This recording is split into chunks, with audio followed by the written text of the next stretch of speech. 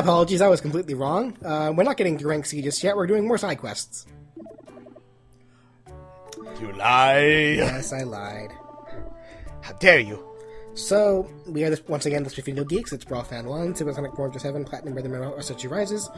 This side quest, this is actually a side quest we could have done last chapter, but like I said, I wanted to skip it so I can get out of the permanent spot in the day, as well as get my bike sooner. And I wanted my bike for this fucking side quest. This is a side quest that'll actually take me quite around. Well, Kappa lost his bottle, which contained water for him. And if you guys are familiar with Kappas, they need to stay well hydrated when they're on land. So he asks us to go find his bottle for him. But he doesn't quite remember where he may have dropped it, so we ask him to retrace his steps and where he was, so now we gotta go to all those different places to try to find that bottle. What? He doesn't remember? Was it? But he's not in downtown, he's in Blossom Heights. Oh, well. So, with our trusty new bike, we're gonna go right around to try to find Kappa's bottle. First spot is over. Oh, not here. It is by this. It's a bottle. It is by this canal, though. It's an energy drink. As I know, that will not do. At the bottle? Nope. It's a cracked plate. It's up that child's butt. Wait. Did you watch Gaijin Goomba's episode of Kappa's Danny or something? Yes. Okay. I thought so. Okay, I got confused for a second. Okay, yeah. I'm still lost. Okay, so in Japanese folklore, nowadays when you think about the Kappas, it's like, it's what we typically know. They eat cucumbers, they're water dwellers. Criminal. Yokai criminal. Genuinely good-natured and everything. But back in the day, I guess before all this, before the modern mythology of the Kappa arose. The Kappa, they literally hunted for your butt. And the reason they hunted for your butt is because apparently it was believed that they could reach your soul through your butt. Ew. Yeah, so it was basically, that was like, the children's cautionary tales, like, okay, children, don't go and, don't go by the rivers unattended and everything. Be careful, otherwise you're gonna get fisted by a Kappa. Yep. Pretty much. But in which case, we looked at all the places that he thought he could have left it, and we found a bunch of other stuff that he left there, but not the bottle. So, we're gonna go check the first place that he started his day in, which is over by Catfish Pond.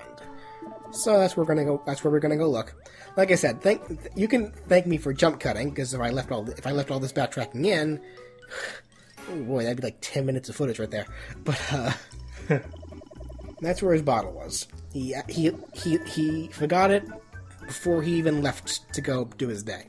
Like, he woke up, then left it. But let's give it back to him. Yeah, I didn't see that episode from Gaijin Goomba, that's why I got confused. It was more recent. Yeah, my bad. I should really get on that. You want to watch an episode about Kappas shoving their hands up people's butts? I'd like to know the mythology. Just like I'm just curious. It's for science, damn it.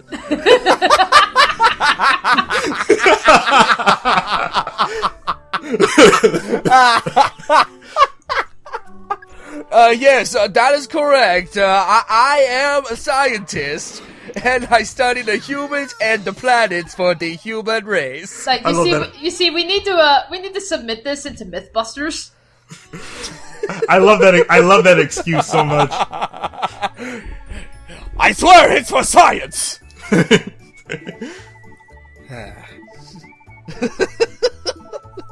See, to me, while BJ is like, God, what the fuck? No.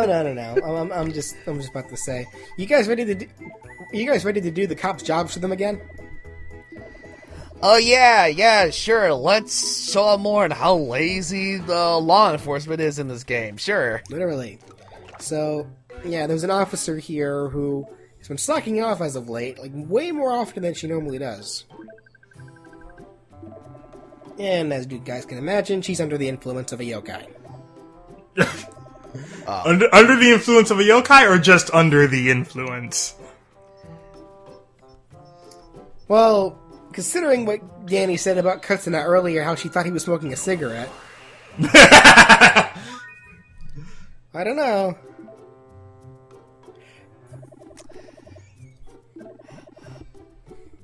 What? I'm gonna superimpose a cigarette into Cutta-Nah's mouth there. You should. Oh, don't mind this. This is evidence. Yeah, it's hand rolled. I mean, not by me, but by these criminals that we're in the middle of looking for. I'm on the case. What? Daddy's got some criminals to apprehend. Oh, god damn it.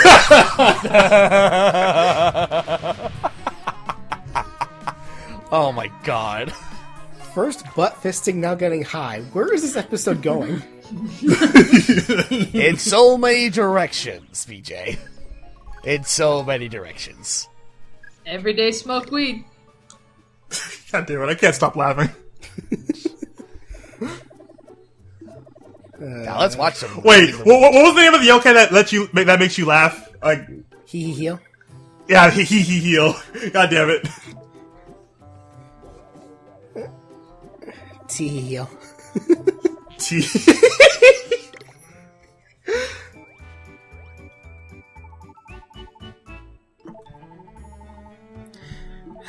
Anyway, we brought back the detective who, you'd think she'd get a little more disciplinary action for being for slacking off like that, but whatever, I guess. Yeah. Ah, so close. To what? Oh, it's what to betterfly leveling up. Yeah. Man. Jacked. Oh, my Pringle. Just toss the bag at it. Here, you want my chips? It doesn't so work badly? like that, Here, Danny. take it. It's like, come on, pull an amethyst. No, It doesn't work like that. you're doing it wrong, Danny. It has to be unintentional. But funny nonetheless. Indeed. Yeah, funny nonetheless. And speaking of chucking things at birds, in this next side quest, so this little girl here is worried about her friend. He got a really bad test score on his most recent test and has been super depressed about it. However, he just seems to be way more depressed than he probably should be. So we're gonna go see what's up. 12%. 12's pretty bad. Yeah, even in Japan, where I'm pretty sure the averages are different there, where like a 50% in Japan is actually a C, whereas a 50% here is an F. But regardless, it's still really bad. But like I said, throwing shit at birds was actually relevant because the yokai inspiriting it was boohoo. I mean, to be fair, if I got a 12% on a major test or whatever, I'd be pretty fucking upset too. No, here's the thing. It's never said it was a major test. It was just, I think, it was just supposed to like a test, like a normal test. And apparently, this was like the first time this happened. So, well, I guess if you think about it that way, because if you're if you get great grades on tests all the time and then suddenly fail one, yeah, I guess you would get pretty upset about that, wouldn't you? I mean, even if you did fail, like the most average, like people would get failing test scores on would be like maybe a 50 or a 60, depending on whether or not you studied. Well, but to get a 12%, yeah, but bear in mind, the American education system is drastically different from the Japanese. So yeah, I'm aware. Yeah, I mean, it's like, even as far as like society goes and everything, they really push for academic excellence and everything. So that's like, yeah, getting a bad test score for a lot of kids in Japan, at least from what I've heard.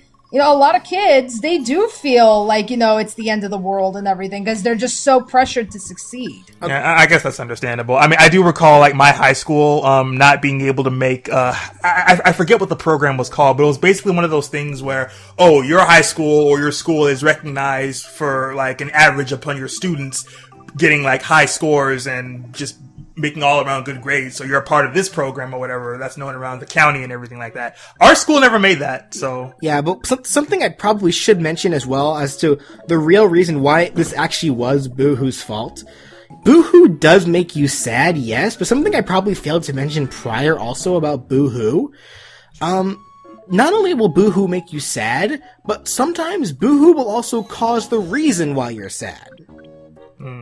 So more than likely, Boo-hoo did something to cause that kid to fail the test in order to make him sad, and then used its own powers to amplify how sad he was. Oh, I see.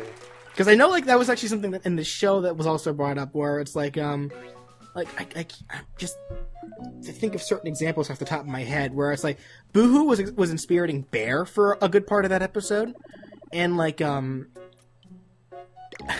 of the examples that Boo-hoo did to Bear was that, like, Bear made a 100% score on his test, which he doesn't get that often, so he was really proud of himself. But he lost a point and got a 99 instead because he didn't write his name on the test. And Boo-hoo did that. And then immediately afterwards, Bear was eating chicken nuggets, and Bear had one more chicken nugget left, but then he dropped it because of Boo-hoo. Oh. Oh. Comfort eating. Oh. No. Yeah. Don't fuck with the chicken nuggets, man. That's wild. In which case, so this side quest. Fries, come to my aid! Well, actually, I probably should have mentioned prior. You saw Wazat there prior. After you beat the chapter with Wazat will stay in that area, and he'll act effectively as a name raider for you. Like, he'll allow you to change the nicknames of your yokai. Ah. Okay. So now, the side quest we're currently on, also hi Dad, and hi Nate's Dad. Oh, of course they'd share a fucking cubicle. Yep. But, so, the side quest we're currently on, that little girl, she asked us to check in with her father to see how he's doing, because this poor guy's a workaholic. As you can see here, he's sacrificing sleep, he's neglecting his family. Like, it's a classic case of unhealthy, workaholic overtimeism. I don't know how you would workaholic overtimeism. I don't know how you'd probably say that. That's the official new word for the SpiffyNeedleGeeks. Jot that down. In which case, so all the little girl really asked us to do was check in on him, but we're going to go ahead and intervene anyway.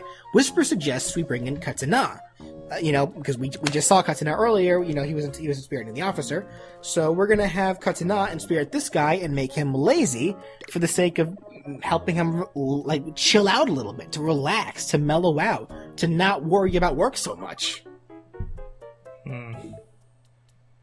Why do I have the feeling like this is gonna backfire hardcore? You'd think. But actually, so here's actually the real reason, as you can clearly see, here's the real reason why this poor guy's a workaholic. You see all those people there walking up to him? Those assholes keep pushing their work onto him. Wow. Oh. Jesus. That's the reason why he's so fucking overthralled right now with so much paperwork, is because he's a pushover. So we're gonna make a slacker out of him. I hope so.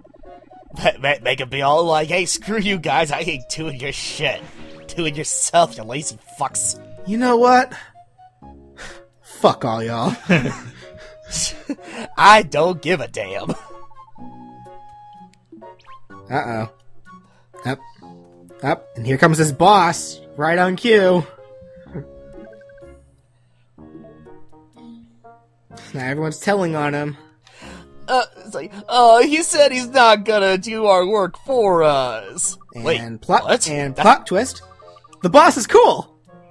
Yeah, okay, I was gonna say, it was like, I was just about to say, wait a minute, you're putting all the work onto this gentleman here? What's wrong with you? Yeah, this boss is actually super cool. Like, he's aware, like, this guy's been working too hard, knows that he has a daughter, and it's just like, I order you to take the next day off. Like, you were... Like, yeah. If only all bosses were that cool. Yeah, plot twist, Danny. It didn't go wrong at all. This was great. This was a perfect ending. Yeah, thank God. Yep. At least that boss there knew common sense. Yeah. All his fucking coworkers now doing their own fucking work, and this little girl's vacation is saved. And is it wrong for me to question why those other workers that were putting all their work onto him were not fired on the spot because they were being a bunch of lazy jerks? Nah, I don't think they'd be enough to merit you to get fired, because the work was still technically getting done, even if they weren't doing it. Well, okay, if that, they at the very least dock their pay. You'd think. Bless you. Bless you.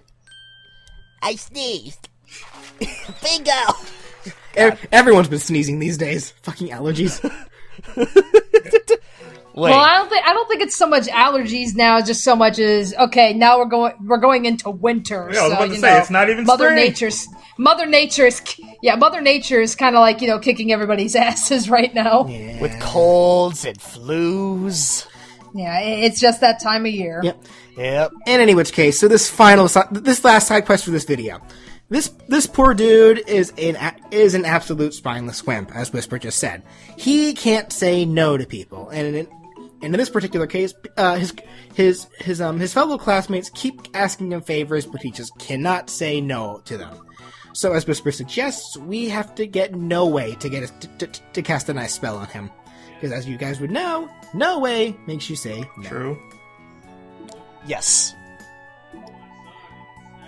So we're gonna meet him back at the arcade. Now this is an interesting thing, but it's not specifically just like people in general that he can't say no to. It's just this one girl right here. Oh, okay. He can't say no to her because he has a crush on her.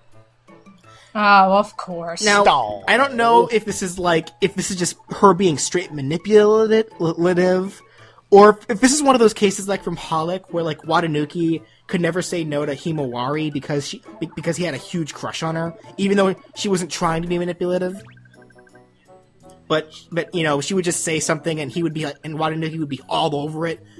But I don't know. Like Whisper just said she's being manipulative, so I guess we'll see. Let's just let's just call out Noe before he falls into her influence again. I don't know, because it was kind of... It's like, I get what you mean, like, BJ, when you were referencing Watanuki and Himawari, and it's like, when you look at Himawari's character and everything, I mean, yeah, she's not a snob or anything like that. I mean, she's very much a sweet girl and everything, which is like, which I think adds to the whole comedy and everything with Watanuki doing everything that she tells and everything. I mean, it's all comedy. Okay. It's like, What? I don't know. And No Way's power backfired. Wait! He did say he said no technically. What the fuck? No, not not like that. God damn it! Okay, so much for helping this guy. He's just pussy whipped. Well, God damn it! You know what? Real quickly, I do kind of want to take this time real quick to talk about one of the most hilarious things in the show when they introduced No Way. Oh. Hi, Granny. Anyway. How could you say no to that face? The video is technically over now, but I do still kind of just quickly want to talk about this because it's funny. Okay. In the show, No Way makes people say no, obviously, but they took it a step further in making it so that not only does No Way make people say no, he also makes people specifically not do what it is they're being asked to do. So like, if you tell somebody to just sweep the floor or something, and then No Way's possessing them, not only will they say no to sweeping the floor, they just won't do it. No matter how much you ask them. So Well, that makes sense. Nate finds out the most obvious way to counteract that. Just say the opposite of what you want them to do. So, and that of course worked. So Nate started telling, everyone that No Way was influencing, as well as No Way himself, the opposite of what he wanted them to do. And of course he was going exactly how Nate wanted. But I think the funniest part was when Nate just felt like fucking with No Way. And the funniest part was because No Way obviously always just says no way to everything. So what does Nate do? He's just like, hey, No Way, say no way. And No Way's just like, are you fucking kidding me? Because he couldn't say it, but he wanted to say it, but he couldn't. I thought that was pretty humorous, but in any which case, that does it for this part of Yokai Watch, ladies and gentlemen. Join us next time when we actually rank up to rank C. We'll see you then.